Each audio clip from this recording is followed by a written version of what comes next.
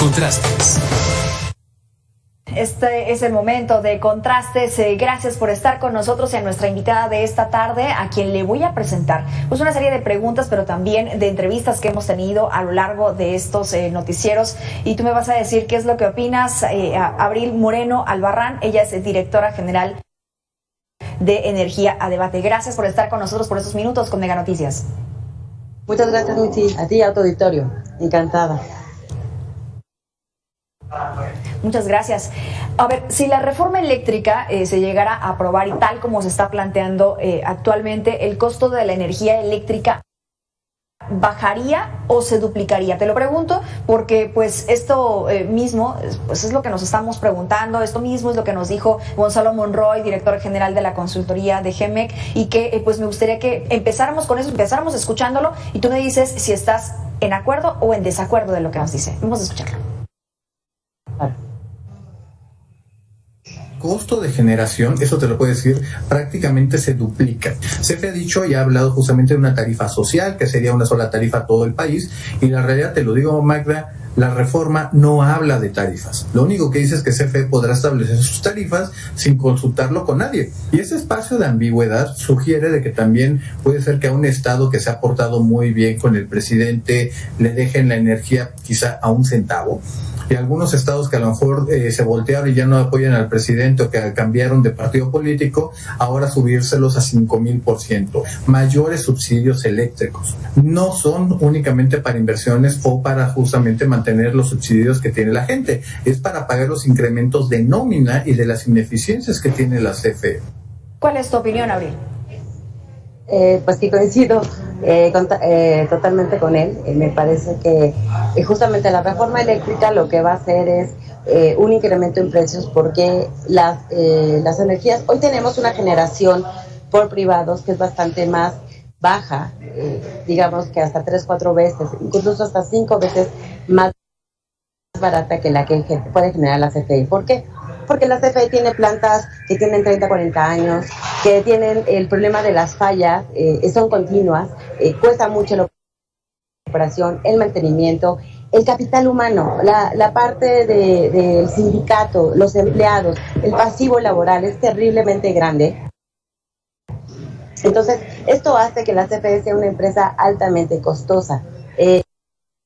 Cuando el gobierno o en la reforma del 2013 se abre el mercado y se permite que entran empresas privadas que pueden disminuir los costos, pues esto ha mejorado y ha bajado las tarifas de lo que tanto se queja el gobierno, que son las empresas privadas, es decir, a las industrias. Pero eso es positivo, Mixi. ¿Por qué? Porque si las tarifas, si nosotros incrementamos el precio a las fábricas de autos, a la maquila de autos, o a los que hacen los refrescos, o los que hacen la comida, pues genera un tema inflacionario, y entonces los productos obviamente al tener energía más cara, van a hacer que los productos sean más caros y terminamos nosotros pagándolo, ¿no? Entonces, en el caso de la reforma, que sea una sola empresa la que lo va a hacer, cuando además no tiene la infraestructura para mejorar o no quiere mejorar también la parte de la generación para que sea más barata, pues será muy complicado que sea más barata las tarifas para nosotros, más este pasivo laboral que te digo. Otro tema que dijo Gonzalo es la parte discrecional, es muy cierto. Dice la reforma, en el transitorio número 2 de la iniciativa de reforma, dice que el Estado es el que se va a hacer cargo absolutamente de la generación. Eso quiere decir que va a haber un 16% de empresas privadas que van a salir del mercado. ¿Cómo se va a cubrir ese 16%? ¿De dónde va a salir? Y además la CFE dice, nosotros somos los que vamos a decidir quiénes son las empresas. Ya no va a haber una comisión reguladora de energía que nos diga estas empresas porque dan mejor calidad o estas empresas porque en las subastas dieron un mejor precio.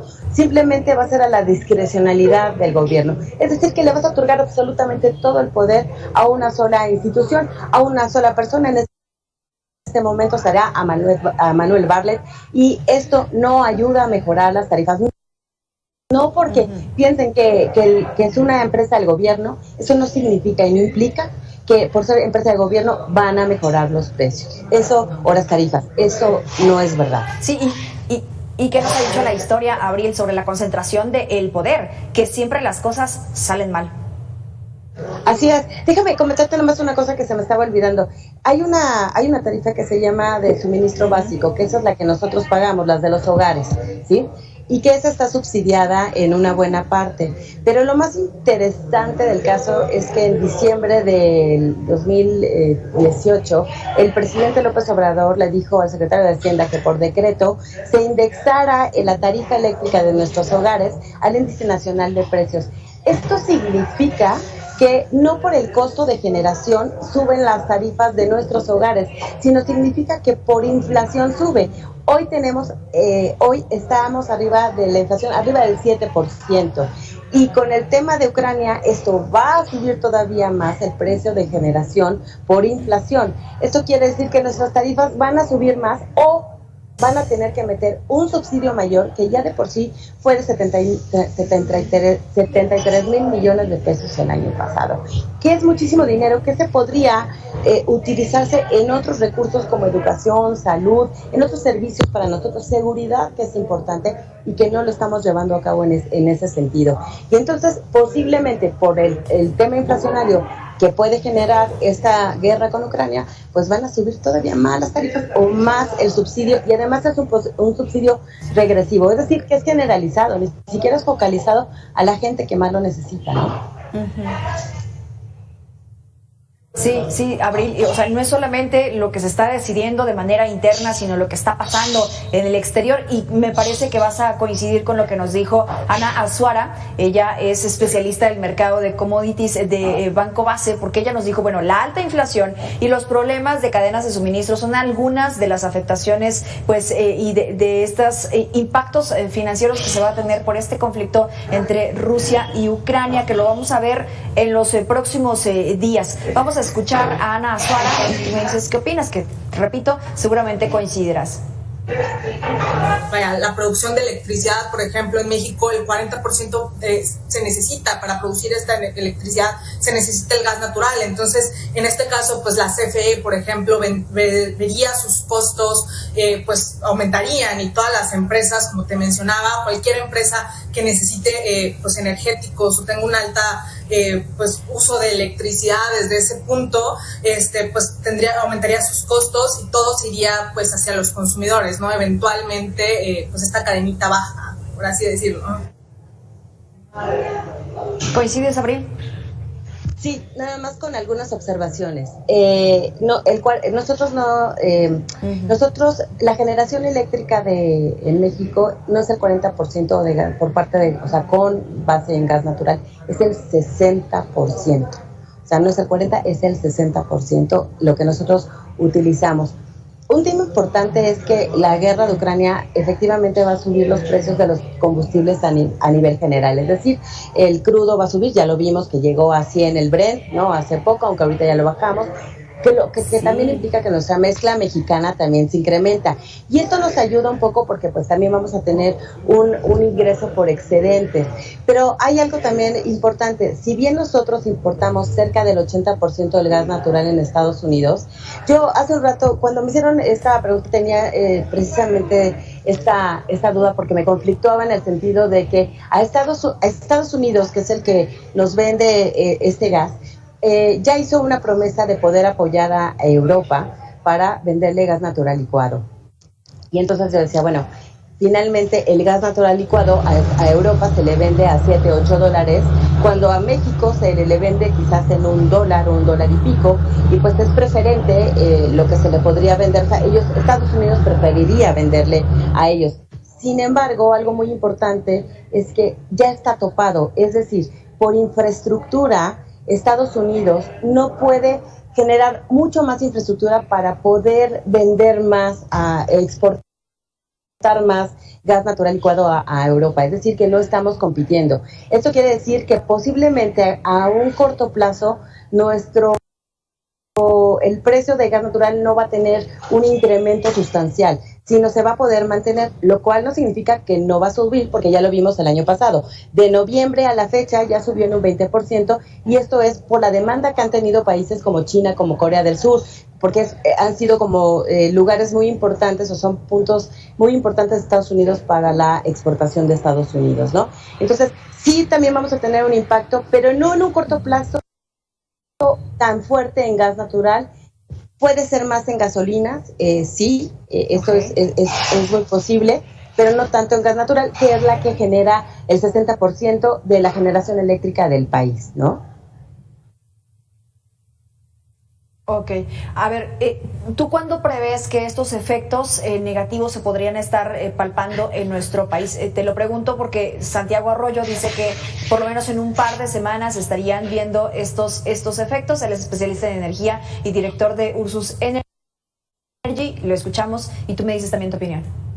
Estos aumentos que se están dando en este momento en los famosos commodities, en los tangibles, no los vamos a ver en el bolsillo. Los mexicanos no lo vamos a ver en la bomba de la gasolinera hasta dentro de un par de semanas, unas 2 o 3 semanas, que comiencen a acomodarse todas estas cotizaciones internacionales. ¿Prevés este mismo periodo de tiempo? Yo pienso que un poquito más, no creo que, o sea, bueno, por lo menos lo que es la gasolina es posible, porque recuerda que tenemos aproximadamente 3 días de almacenamiento. Sí es posible que en un par de semanas, más lo que ya ahorita está, digamos, en los pocos ductos que están en uso y lo que ya se está metiendo, posiblemente en cuanto a gasolina sí podrán ser unas 2 o 3 semanas.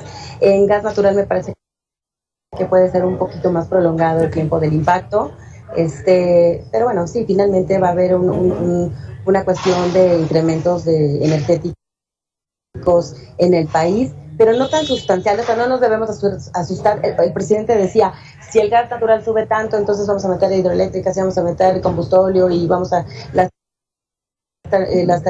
de y carbón, etcétera. No creo que eso vaya, no por cuestiones internacionales, a diferencia de porque él quiera hacerlo como gobierno, pero no por una cuestión internacional tenga que ser tan abruptamente esta parte del gas natural, por lo que te comento que ya está topado la exportación, ¿no? Entonces vamos a seguir con un precio más o menos estable y con el nivel de importación de gas natural más o menos también estable en el país.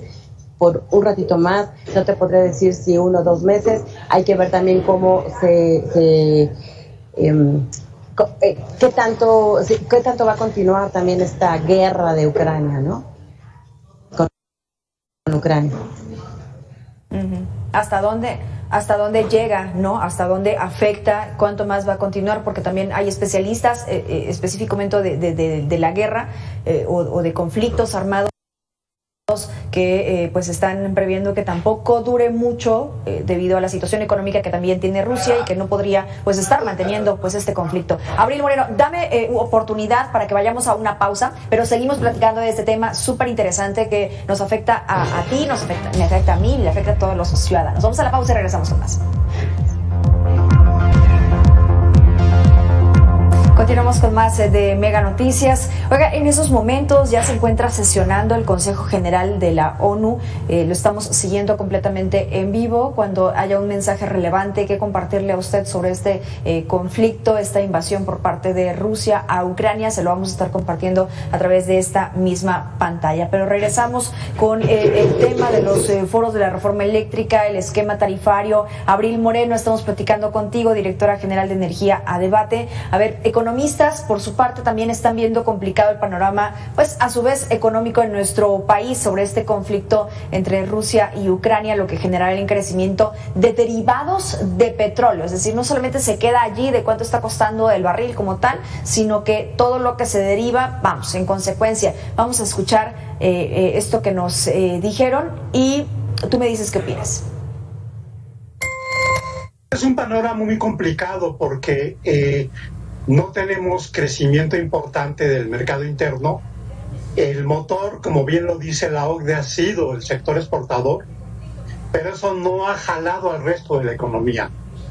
Y entonces tenemos tasas de crecimientos muy bajas con mayor inflación. De hecho, la propia OCDE está dando un pronóstico de crecimiento 2.3 para este año, que incluso puede ser menor. ¿Coincides? Sí, definitivamente. El crecimiento que tenemos, a ver, pensemos que incluso antes de COVID ya teníamos un crecimiento negativo, ¿no? Después, bueno, vino el COVID y nos dio pues un golpe muy fuerte a la economía. Las políticas públicas del presidente tampoco han sido las mejores para reincentivar la economía. Ha habido una pérdida de inversión directa muy fuerte, de inversión extranjera muy fuerte por la incertidumbre jurídica que ha generado en diversos sectores, como el energético, farmacéutico, etcétera. Entonces, Perdón, Abril, permíteme un momento, vamos a ir directamente a este Consejo General de la ONU que se está llevando a cabo. En estos momentos está hablando Rusia. 406, queda aprobado el orden del día. 136. Como establece el artículo 37 del reglamento, invito a los representantes de Australia, Austria, Andorra, Antigua y Barbuda, Belice, Bélgica, Bulgaria, Bosnia y Herzegovina, Botswana, Hungría, Guatemala, Alemania, Grecia, Georgia, Dinamarca, República Dominicana, Islandia, España, Italia, Canadá, Chipre, Colombia, Costa Rica, Kuwait, Letonia, Liberia, Lituania, Liechtenstein, Luxemburgo, Malta, Nigeria, Países Bajos, Nueva Zelanda, Panamá, Paraguay, Perú, Polonia, Portugal, Micronesia, Moldavia, Corea, Rumanía, Samoa, Singapur, Eslovaquia, Eslovenia, Timor-Leste, Trinidad y Tobago, Turquía, Ucrania, Fiji, Finlandia, Montenegro, República Checa, Chile, Suiza, Suecia y Ecuador, para participar en la reunión de hoy.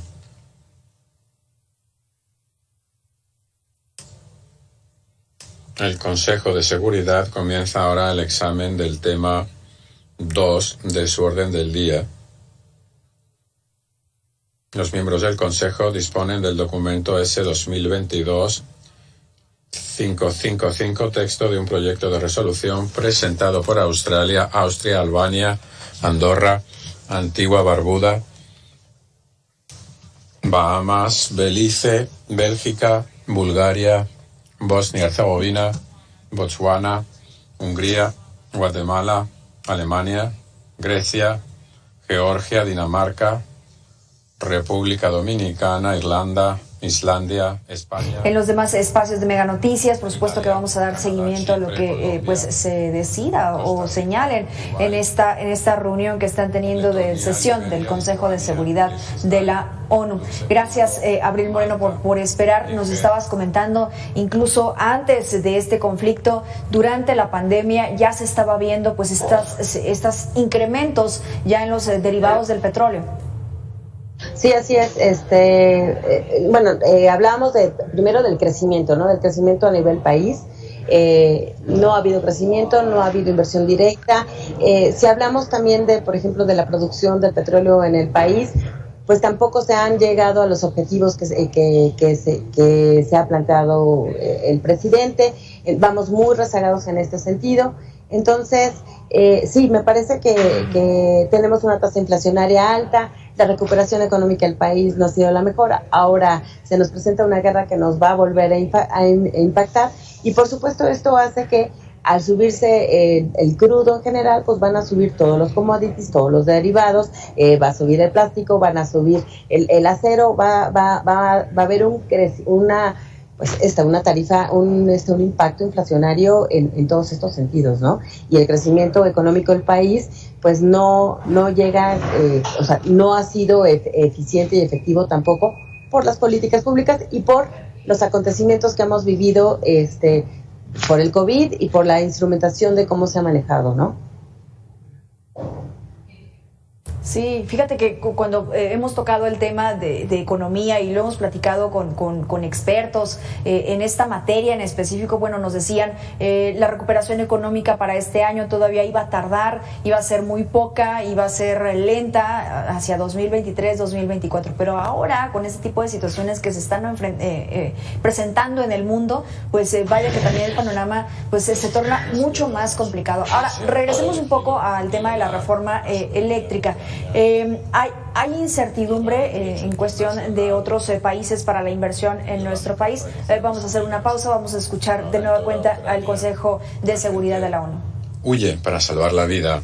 Los residentes de Kiev y de Kharkiv han abandonado sus hogares con apenas unas cuantas pertenencias para poder esconderse en las estaciones de metro, que se han convertido en refugios antibombardeos. Ha habido ataques contra orfanatos, contra niños en una unidad de cuidados intensivos, que han sido evacuados también a refugios. Hemos visto a padres llorando, despidiéndose de sus hijos, enviando a sus familias a un lugar más seguro mientras ellos se quedan allí para defender a su país. En Kiev, hoy por hoy, miles de personas están en las estaciones de metro implorando ayuda para que sus bebés y sus niños puedan montarse en un tren. Según el Alto Comisionado para los Refugiados, más de 50.000 personas han abandonado Ucrania en menos de 48 horas. Los rusos de a pie también se han manifestado en ciudades en toda Rusia contra la decisión del presidente Putin de lanzar una guerra contra su vecino. No quieren sacrificar vidas rusas por las ambiciones de Putin. Este órgano, encargado del mantenimiento de la paz y seguridad internacionales, se creó para evitar exactamente este tipo de agresión, para que no volviera a ocurrir nunca más. El último ataque de Rusia contra nuestros principios fundamentales es tan descarado, tan brutal, que amenaza el sistema internacional tal como lo conocemos.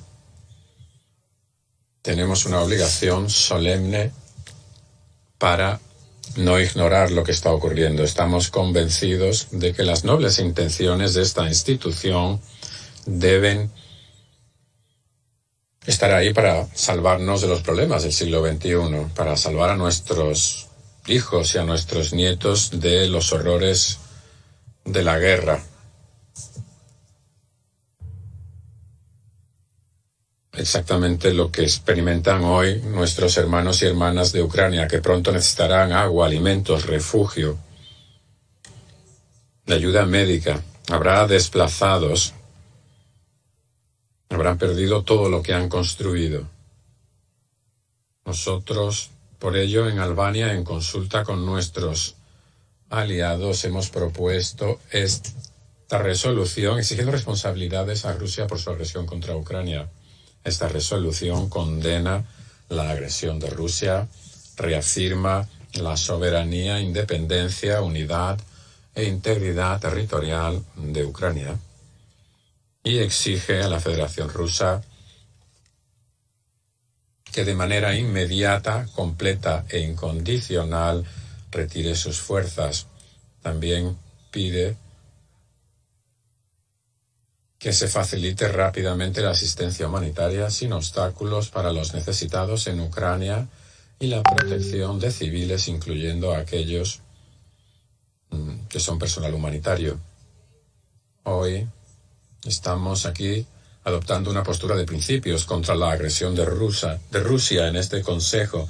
Muchos de nosotros estamos actuando en nuestras capitales para defender el derecho internacional, incluyendo la Carta de la ONU, y para imponer graves consecuencias a Rusia por su invasión de Ucrania. En coordinación con nuestros aliados y socios, estamos imponiendo graves costes inmediatos a Rusia. Estas medidas incluyen sanciones financieras amplias que tendrán un impacto inmediato sobre su economía y los controles a la exportación que van a cortarles el acceso a insumos tecnológicos, atrofiar su base industrial y socavar sus ambiciones estratégicas de ejercer influencia a nivel mundial. Asimismo, se acaba de anunciar que el presidente Biden va a accionar al presidente Putin junto con el ministro de Asuntos Exteriores Lavrov y los miembros del equipo de seguridad nacional de Rusia. Medidas para complementar el trabajo importante que se está haciendo en el Consejo de Seguridad y la resolución que hemos presentado en el día de hoy. La historia nos juzgará por nuestra acción o por nuestra inacción, en la medida en que tengamos un Consejo de Seguridad. Hemos de hacer lo posible para que esté a la altura de su propósito, evitar el conflicto y evitar guerras innecesarias. Rusia ya ha subvertido esta misión del Consejo, pero como mínimo,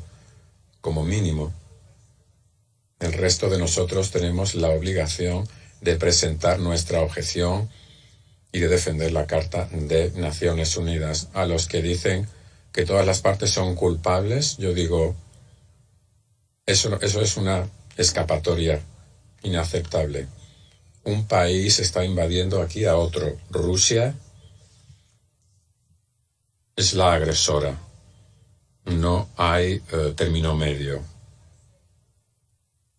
Miren ustedes la guardería que ha sido bombardeada esta mañana. A lo que dicen que existe una historia especial entre Rusia e Ucrania que de alguna manera excusa la guerra, yo les digo que habría que pensar muy cuidadosamente a quién se aplicaría después esta misma etiqueta a continuación. Como dije el lunes por la noche, el presidente Putin decía que Rusia tiene derecho a todos los territorios del imperio ruso. Y hace unas horas Rusia ha amenazado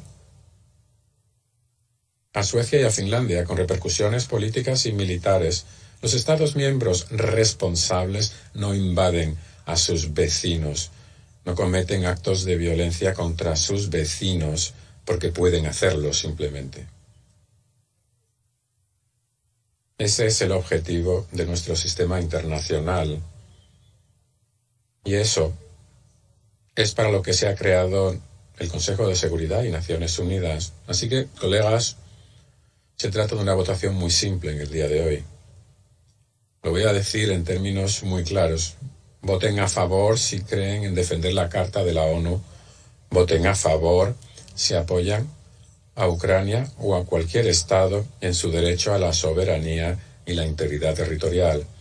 Voten sí si creen que Rusia habría que exigirle responsabilidades por sus acciones. Voten que no o absténganse si no quieren defender la Carta, si se alinean con el agresor y con las acciones de Rusia, sin mediar provocación. Igual que Rusia pudo elegir, ustedes también. Gracias. Gracias. Tiene ahora la palabra la representación de Albania. A quien acabamos de escuchar es el posicionamiento por parte de Estados Unidos ante este Consejo de Seguridad de la ONU. Se pide el retiro de las fuerzas de Rusia, de Ucrania, e imponer graves consecuencias financieras. Esto es lo que se está señalando, ya se ha hablado desde hace varios días. La imposición de estas consecuencias, Abril Moreno, que estamos platicando contigo, pues tendría repercusiones en nuestro país. Sabemos también las condiciones, las características que tiene en este caso Rusia, siendo una de las potencias más importantes del mundo. ¿Cómo lo ves? ¿Qué opinas de lo que acabamos de escuchar? Bueno, pues se ve que hay un claro, el culpable para Estados Unidos es Rusia. En materia, vamos a la parte de energéticos. Los dos principales productores de gas natural son justamente Estados Unidos y Rusia. Cerca del 72% de la producción de gas natural de Rusia va justamente a los países europeos. Pero como te decía, por el momento el grave problema es que no hay una infraestructura para que Estados Unidos pueda abastecer más a los países a los países de Europa. Están buscando que, por ejemplo, los países de la OPEP, los países árabes, puedan también llegar a apoyar a Europa en un momento dado. Y bueno, obviamente al incrementarse la demanda, porque ya que Rusia no va a poder vender esta producción por lo que está sucediendo y por las sanciones que se le van a imponer, pues sí va a haber definitivamente un incremento y un impacto a todos los energéticos, ¿no? Desde el petróleo hasta el gas, que son los dos principales, que esto va a generar un incremento en precios para el transporte. El transporte es el que principalmente utiliza las gasolinas, las navieras, los aviones, etcétera. Entonces, sí va a haber un impacto económico definitivamente. Aquí el tema es que pues el gobierno va a meter subsidios, porque además ya no hay muchos fondos de donde sacar dinero, a menos que de manera no, pues no sé si la palabra es legal, pero no es adecuada, utilice los excedentes del incremento de precios de crudo, que serían para el fondo, al fondo petrolero, y quizás los utilicen para subsidiar, por ejemplo, las gasolinas, porque en el caso de las gasolinas, ahorita hace 2 semanas, con el IEPS, que es el impuesto especial sobre la producción y servicios, ya está topado, ya no lo puede manejar el presidente, ya no lo puede bajar. Es decir, que ahorita cualquier precio incremento de precio, pues el gobierno ya no lo puede, ya no lo puede bajar para cumplir su promesa de campaña. Entonces, y ya ahorita estamos dejando de obtener aproximadamente 104,070 millones de pesos por cuestiones del IEPS. Esto, para que se den una idea de cuánto es, equivale a posiblemente casi 6 veces el presupuesto del metro, que este año fue un presupuesto histórico, o 2 veces, poco más de 2 veces el presupuesto de la UNAM. O sea, más o menos, eso solamente por IEPS. Ahora, el presidente ya dijo, voy a meter, como ya no puedo manejar el IEPS, ya estoy topado y está limitado, voy a meter un subsidio a las gasolinas. Pero pues no es un subsidio progresivo, o sea, no es el subsidio debería decir, vamos a dárselo al transporte público, vamos a dárselo quizás a los transportistas, sí, pero lo van a meter a nivel, lo van a generalizar, ¿no? Y bueno, pues estos definitivamente son impactos que el presidente va a tratar de que no nos afecte directamente al bolsillo, metiendo estos subsidios, pero al fin y al cabo, pues sí hay un impacto en las finanzas públicas del país, ¿no? Definitivamente. Así es, esperemos que esas decisiones sean para nuestro beneficio y no de repente tape un hoyo y se destapen otros tantos más. Abril Moreno, muchas gracias por esos minutos con Mega Noticias, siempre es un placer platicar contigo. Igualmente, Mitzi, muchísimas gracias a todos ustedes, a tu auditorio. Que estén muy bien. Buenas tardes. Excelente viernes. Es momento de marcar una pausa y regresamos con más.